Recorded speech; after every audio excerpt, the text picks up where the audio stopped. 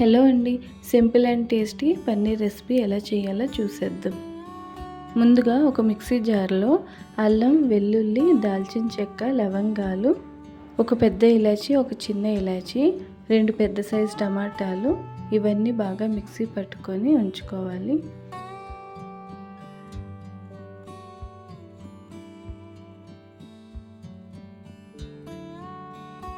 ఇప్పుడు ఒక ప్యాన్లో ఆయిల్ వేసుకొని పన్నీర్ని 2 వైపులా గోల్డెన్ బ్రౌన్ కలర్ వచ్చేంత వరకు ఫ్రై చేసుకోవాలండి. ఇప్పుడు ఈ పన్నీర్ని నార్మల్ వాటర్లో వేసుకోవాలండి. ఇలా వేయడం వల్ల పన్నీర్ గట్టిపడకుండా సాఫ్ట్గా ఉంటుంది. 5 మినిట్స్ తర్వాత బయటికి తీసి చిన్న ముక్కలుగా కట్ చేసుకోవాలి. ఇప్పుడు అదే ప్యాన్లో ఆవాలు, జీలకర్ర, బిర్యానీ ఆకు, పచ్చిమిరపకాయలు, అలానే కట్ చేసిన ఉల్లిపాయ ముక్కలు వేసుకొని ఫ్రై చేసుకోవాలండి.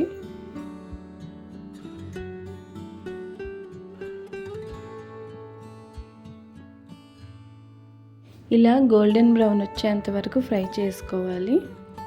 ఇప్పుడు ఇందులోకి మనం పేస్ట్ చేసి పక్కన పెట్టుకున్నాం కదండి, ఆ మసాలాని వేసుకొని లో ఫ్లేమ్లో బాగా ఫ్రై చేసుకోవాలండి.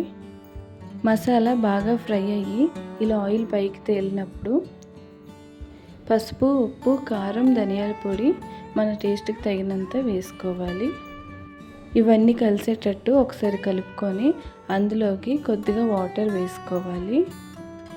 అలానే కట్ చేసి పక్కన పెట్టుకున్న పన్నీర్ ముక్కలు వేసుకొని ఒకసారి కలుపుకొని మూత పెట్టి 10 to 15 మినిట్స్ మీడియం ఫ్లేమ్లో ఉడికించుకోవాలండి.